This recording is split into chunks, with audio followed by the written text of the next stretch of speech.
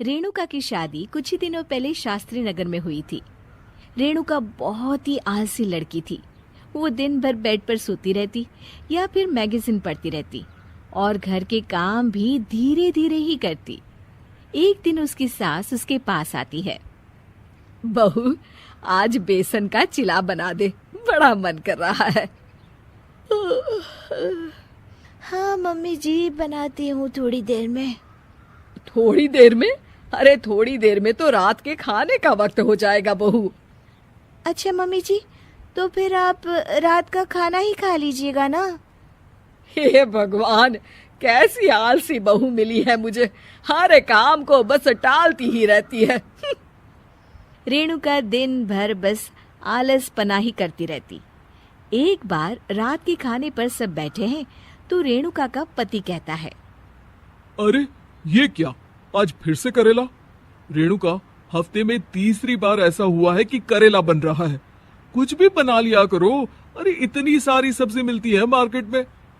हाँ, पर अब कौन मार्केट जाए और सब्जी लेकर आए, इसीलिए जो था घर पर वही बना दिया।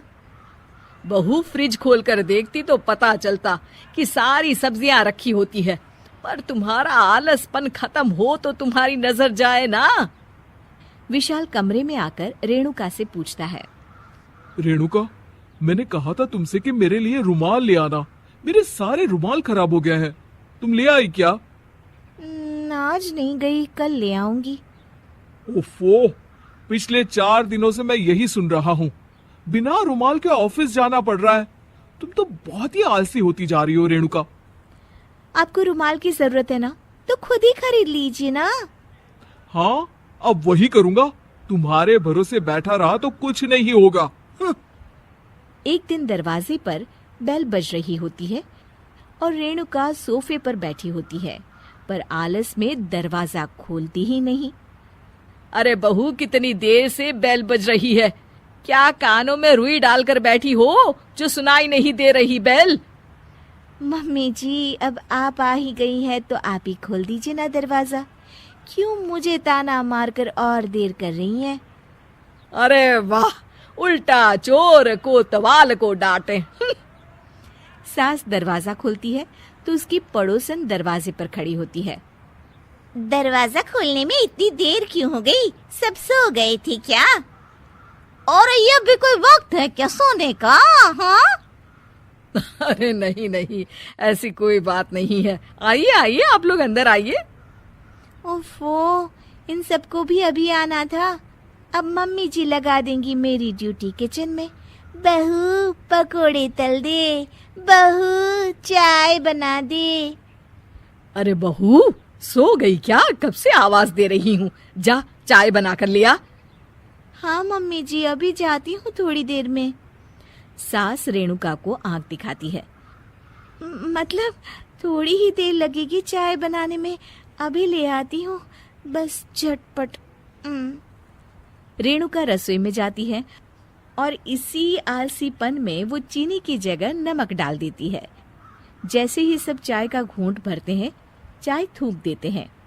थू थू थू थू, ये कैसी चाय बनाई है तूने रेणुका? इसमें तो सारा नमक भरा है। हाँ, और ये पकोड़े, इसमें इतनी मिर्च है कि मेरी तो हालत ही खराब हो गई खाकर। और रेणु जी, आपकी खातिरदारी में पहले तो कभी कोई कमी नहीं रहती थी, पर जब से आपकी ये बहू आई है ना, मामला कुछ गड़बड़ा सा गया है। हाँ हाँ, जहाँ आप इतनी एक्टिव है, वहीं आपकी बहू एकदम आलसी, एकदम राम मिलाई जोड़ी लगती है।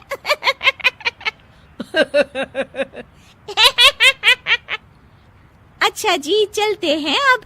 नमक वाली चाय पिलाने के लिए बहुत बहुत शुक्रिया। सब वहां से चले जाते हैं। अरे तूने तो मेरी नाक ही कटा दी बहू। वे लोग क्या सोच रहे होंगे मेरे बारे में? मम्मी जी, मैंने तो शक्कर ही डाली थी, पता नहीं नमक कैसे बन गई शक्कर। शक्कर नमक नहीं बना बहू रानी, तुम्हारा ये जो आलसपना है ना, ये उसी का नतीजा है। सॉरी मम्मी जी, अब मैं ये आलसपन छोड़कर सारे काम अच्छे से मन लगाकर करूंगी।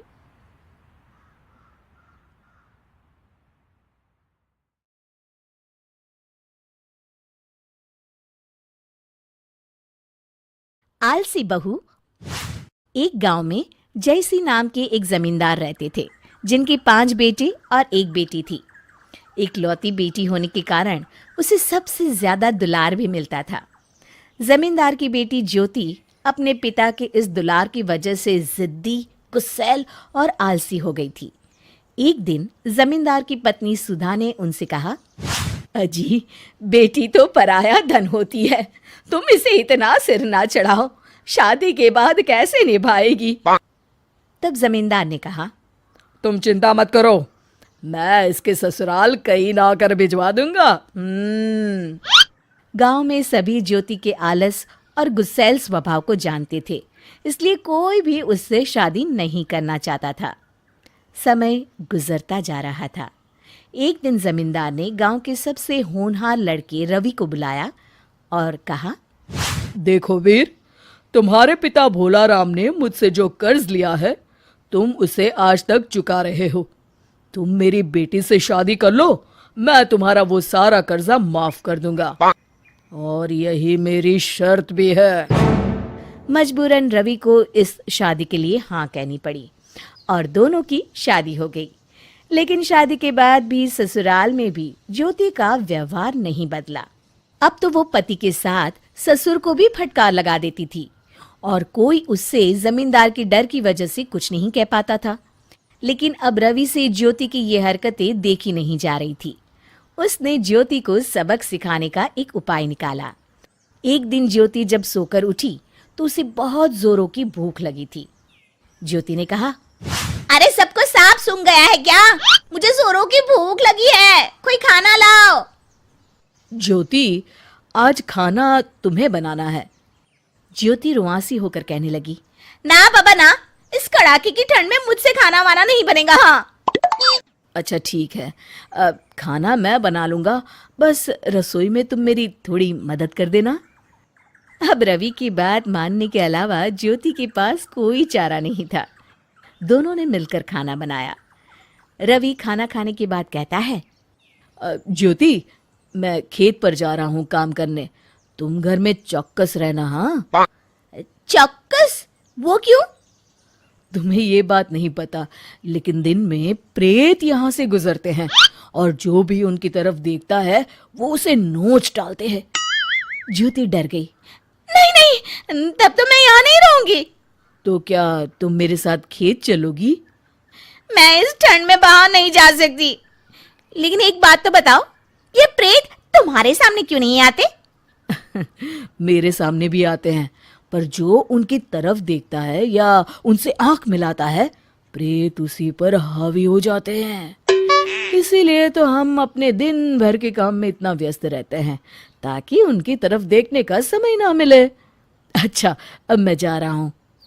इतना कहकर रवि खेतों की ओर चल दिया।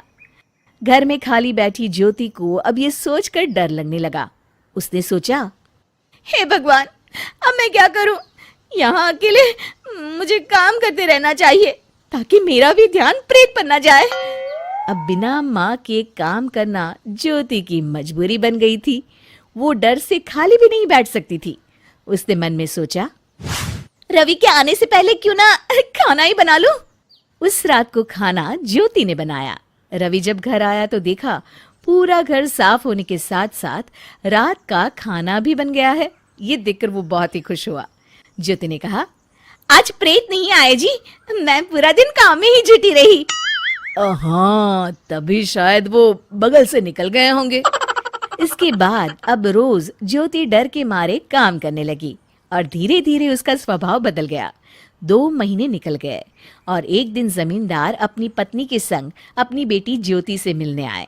ज्योति को देख वो दंग रह गए।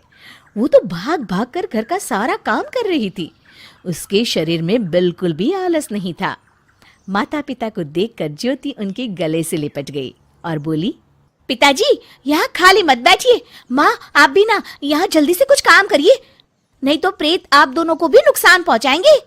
जमींदार को बेटी की बात माननी पड़ी और वो आंगन में रखे भूसे को घर में रखने लगे। शाम को जब रवि और उसके पिता खेत से लौटे तो दोनों अचंभित खड़े देखते रह गए। किसान ने जमींदार से क्षमा मांगी। मुझे तो कुछ समझ में नहीं आ रहा है। बेटा रवि, ये कैसा प्रेत, किस प्रेत की बात कर रही है ये? रवि ने जमींदार से सारी बातें बताई।